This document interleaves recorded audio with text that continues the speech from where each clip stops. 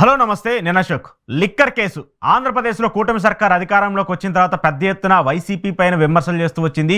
ఈ లిక్కర్ కేసుకు సంబంధించి గత ప్రభుత్వం అధికారంలో ఉన్నప్పుడు దాదాపు 3,500 కోట్ల రూపాయల అవినీతి జరిగింది.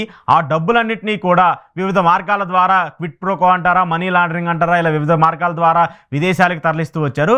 ఆ తర్వాత ఆ డబ్బులన్నింటినీ కూడా తీసుకొచ్చి ఎన్నికల్లో ప్రచారం చేసి ఎన్నికల్లో పంపకాలు చేసి జగన్మోహన్ రెడ్డి సర్కార్ ఓడిపోయింది అంటూ కూడా తీవ్ర స్థాయిలో కూటమి సర్కార్ అధికారంలోకి వచ్చిన తర్వాత విమర్శలు చేస్తూ వచ్చింది. మరి 6 నెలల క్రితం జరిగినటువంటి ఈ వివాదాలు, 6 నెలల క్రితము ఆంధ్రప్రదేశ్లో సంచలనం సృష్టించినటువంటి ఈ లిక్కర్ కేసు ఇప్పుడు ఏమైంది? అసలు ఈ లిక్కర్ కేసుకు సంబంధించి ఏమైనా ముందుకు అడుగులు పడుతున్నాయా? సిట్ అధికారులు ఏమైనా దీంట్లో ఏమైనా తేల్చారా? కొండను తవ్వి ఎలుకను పట్టారని చెప్పే సామెత ఏదైతే ఉందో, కనీసం ఈ లిక్కర్ కేసుకు సంబంధించి ఎలుకను కూడా పట్టలేదు, దాని తోకను కూడా పట్టుకోలేకపోయారు సిట్ అధికారులు అనేది ప్రస్తుతం లిక్కర్ కేసుకు సంబంధించిన పరిణామాలు చూస్తే అర్థమవుతుంది. ఈ లిక్కర్ కేసులో దాదాపు 15 మందికి పైగా అరెస్ట్ చేసుకుంటూ వచ్చారు. దాంట్లో కొంతమంది బెయిల్ మీద బయట ఉన్నారు, మరి కొంతమంది ఇంకా జైల్లోనే మగ్గుతూ ఉన్నారు. చెవిరెడ్డి భాస్కర్ రెడ్డి లాంటి వాళ్ళు, సజ్జల శ్రీధర్ రెడ్డి లాంటి వాళ్ళు, అలాగే ఈ లిక్కర్ కేసుకు సంబంధించి పూర్తి సూత్రధారిగా చెప్పుకున్నటువంటి రాజ్ కసిరెడ్డి లాంటి వాళ్ళు. సో వీళ్ళందరూ కూడా ఇంకా లిక్కర్ కేసుకు సంబంధించి జైల్లోనే ఉంటున్నారు. దాదాపు వాళ్ళ ట్రయల్ పీరియడ్ అంటే 90 రోజులు దాటిన తర్వాత బెయిల్ వెసులుబాటు పొందే అవకాశం ఉంటుంది. ఆ బెయిల్ వెసులుబాటు కూడా రానివ్వకుండా సిట్ అధికారులు అయితే వాళ్ళు చేసినటువంటి ప్రయత్నాలు, వాళ్ళని బయటకు పంపించకుండా జైల్లోనే పెట్టి వాళ్ళని పెడుతున్నటువంటి హింసలు, చిత్రహింసలు, వీటన్నింటినీ కూడా మనం చూస్తున్నాం. అయితే ఈ కేసులో ప్రధానంగా ఇటీవల అరెస్ట్ అయ్యి బెయిల్ మీద బయటకు వచ్చినటువంటి వైసీపీ ఎంపీ, కీలక నేతగా ఉన్నటువంటి మిథున్ రెడ్డి కూడా, ఆయన్ని కూడా ఆ తర్వాత జగన్మోహన్ రెడ్డి అరెస్ట్ చేస్తారు. ఎందుకంటే మిథున్ రెడ్డిని అరెస్ట్ చేసిన తర్వాత big boss Jaganmohan Reddy kickbacks ద్వారా ఆ డబ్బులన్నిటికీ కూడా అల్టిమేట్గా జగన్మోహన్ రెడ్డి దగ్గరికి వెళ్ళాయి. ఆ డబ్బులన్నింటినీ జగన్మోహన్ రెడ్డి ఎన్నికల్లో పంచారని చెప్పేసి మా దగ్గర పూర్తి స్థాయి ఆధారాలు ఉన్నాయని చెప్పేసి ఇటు వైసీపీ కావచ్చు, ఇటు టీడీపీ కావచ్చు, టీడీపీ మీడియా కావచ్చు, అలాగే సిట్ అధికారులు కూడా చెప్తూ ఉన్నారు. ఇప్పటి వరకు కూడా ఈ కేసుకు సంబంధించి సిట్ 2 సార్లు ఛార్జ్ షీట్లు నమోదు చేస్తూ వచ్చింది. ఈ 2 ఛార్జ్ షీట్లు కూడా 100కు పైగా పేజీలు ఉన్నటువంటి పరిస్థితి కూడా కనిపిస్తుంది. ఈ 2 ఛార్జ్ షీట్లో 3 చోట్ల మాజీ ముఖ్యమంత్రి జగన్మోహన్ రెడ్డికి సంబంధించిన పేరును కూడా ప్రస్తావిస్తూ వచ్చింది సిట్.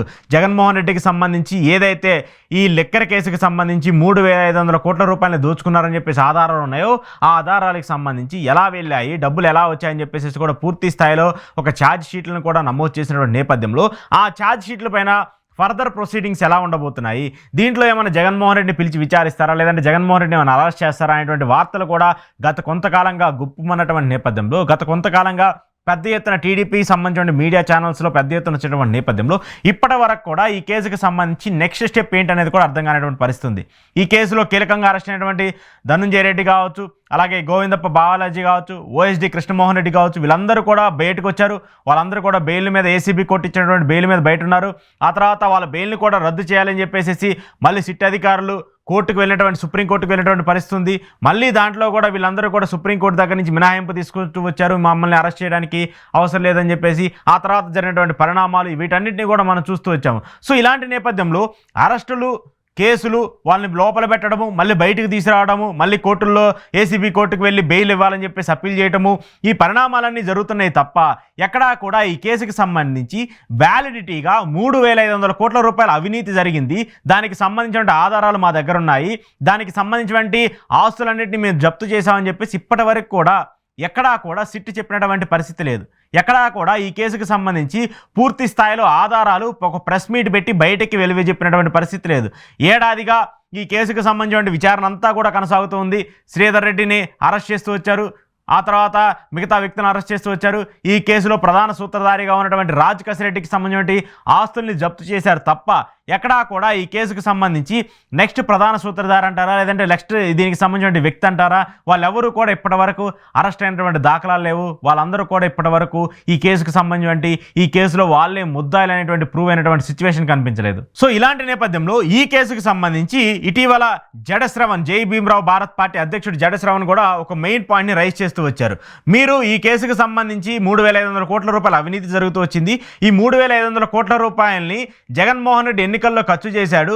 దాదాపు 175 అసెంబ్లీ నియోజకవర్గాల్లో తమ అభ్యర్థులకి ఈ 3,500 కోట్ల రూపాయలనే మీరు పంపిణీ చేశారని చెప్పేసి మీరు కావచ్చు, మీ టీడీపీ మీడియా కావచ్చు, అలాగే సిట్ కూడా చెప్పిందని చెప్పేసి మీరు ఆరోపణలు చేస్తూ ఉన్నారు. దీని మీద నేను కోర్టులో కేసు వేస్తాను, ఎందుకంటే ఒక పార్టీ అధికారంలో ఉండి 3,500 కోట్ల రూపాయలని లిక్కర్ కేసు ద్వారా సంపాదించి ఎన్నికల్లో ఖర్చు చేసిందంటే మరి ఇది ఫ్రీ అండ్ ఫెయిర్ ఎలక్షన్ ఎలా అవుతుంది?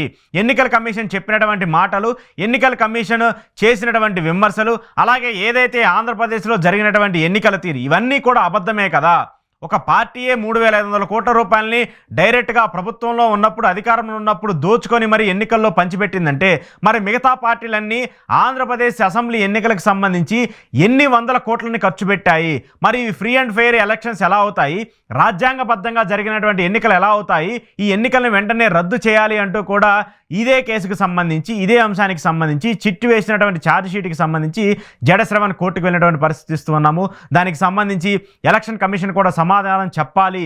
ఒకవేళ నిజంగానే 3,500 కోట్ల రూపాయలు ఏదైతే సిట్ ఆరోపించినట్టు ఈ 3,500 కోట్ల రూపాయలని ఆంధ్రప్రదేశ్ రాష్ట్ర ప్రభుత్వం అధికారంలో ఉన్నప్పుడు జగన్మోహన్ రెడ్డి దోచుకొని ఎన్నికల్లో ప్రవేశపెట్టాడు, ఎన్నికల్లో పంచారని చెప్పేసి సిట్ చెప్తున్నటువంటి ఆధారాలు నిజమైతే ఆంధ్రప్రదేశ్లో జరిగినటువంటి ఎన్నికలన్నీ కూడా అబద్ధము, ఆ ఎన్నికల్ని రద్దు చేసి మళ్ళీ ఎన్నికలు జరపాలని చెప్పేసి కూడా ఆయన మాట్లాడుతూ వస్తున్నారు. సో ఏదైతే సిట్ ఎవరైతే వైసీపీని ఇరికించి కొంతమంది వ్యక్తులను అరెస్ట్ చేసి జగన్మోహన్ రెడ్డి చుట్టూరు ఉన్నటువంటి కోటరికి సంబంధించిన వ్యక్తులందరినీ తీసుకెళ్లి జైల్లో పెట్టి చిత్రహింసలు పెట్టాలనుకున్నటువంటి సిట్ ఏదైతే ప్లాన్ వేసిందో అదే ఈరోజు సిట్కి బూమరాంగ్ అవుతూ వచ్చింది. ఇప్పటి వరకు ఈ కేసుకు సంబంధించి తేల్చినటువంటి పరిస్థితి.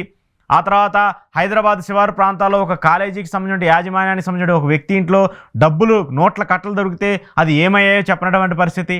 దాన్ని రికార్డ్ చేయమని చెప్పేసి అవి రాజకసిరెడ్డి అని చెప్పేసి పెద్ద ఎత్తున మీడియా ఆరోపణలు చేస్తూ వచ్చేసి మళ్ళీ దానికి రివర్స్లో రాజకసిరెడ్డి ఏసీబీ కోర్టులో పిటిషన్ వేసి అసలు ఈ డబ్బులు నావి కాదు, నేను దీనికి సంబంధించి పూర్తిగా సహకరిస్తా అని చెప్పేసి కసిరెడ్డి పిటిషన్ వేసినటువంటి పరిస్థితి.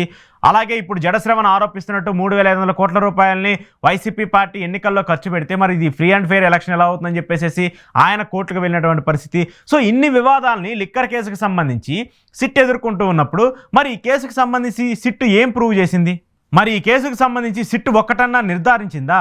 ఇన్ని రోజులు మీరు చేసినటువంటి ఆరోపణలు, ఇన్ని రోజులు మీరు చేసినటువంటి విమర్శలు, ఇంతమంది అరెస్టులని లీడ్ చేసుకుంటూ జగన్మోహన్ రెడ్డి మా టార్గెట్ అంటూ చేసినటువంటి విమర్శలు ఇవన్నీ కూడా ఎక్కడికి వెళ్ళిపోయాయి? కొండను తవ్వలేదు, ఎలుకని బట్టలేదు, కనీసం దానికి సంబంధించిన బొక్కను కూడా చూపించినటువంటి పరిస్థితిలో ఈరోజు సిట్ అధికారులు ఉన్నారు. ఆంధ్రప్రదేశ్కి సంబంధించిన లిక్కర్ కేసుకు సంబంధించిన పరిస్థితి ఉంది. సో ఏది ఏమైనప్పటికీ కూడా ఈ లిక్కర్ కేసు అంతా కూడా ఒక ఫ్యాబ్రికేటెడ్ కేసుగా అధికారంలోకి వచ్చిన తర్వాత వైసీపీ మీద ఎలా చర్యలు తీసుకోవాలి, వైసీపీని ఎలా కక్ష సాధింపుగా అరెస్ట్ చేసి వాళ్ళకి సంబంధించిన వ్యక్తులందరినీ ఎలా జైల్లో పెట్టడం కోసము క్రియేట్ చేసినటువంటి ఒక కేసుగా మాత్రమే ఈ లిక్కర్ కేసు కనిపిస్తుంది తప్ప ఎక్కడా కూడా ఈ లిక్కర్ కేసుకు సంబంధించిన అవినీతి కావచ్చు, దీనికి సంబంధించిన 3,500 కోట్ల రూపాయల అవినీతి జరిగిందని చెప్పేటువంటి అంశాలు కావచ్చు ఎక్కడా కూడా ప్రూవ్ కానటువంటి పరిస్థితి కనిపిస్తుంది. ఏడాదిన్నర అయినా కూడా ఈ కేసుకు సంబంధించి ఒక్క అడుగు కూడా ముందుకు పడలేదంటే మరి ఈ కేసులో ఎంత సెన్సిటివిటీ ఉంది, ఈ కేసులో ఎంత నిజం ఉంది అనేది కూడా మనకు అర్థమవుతుంది.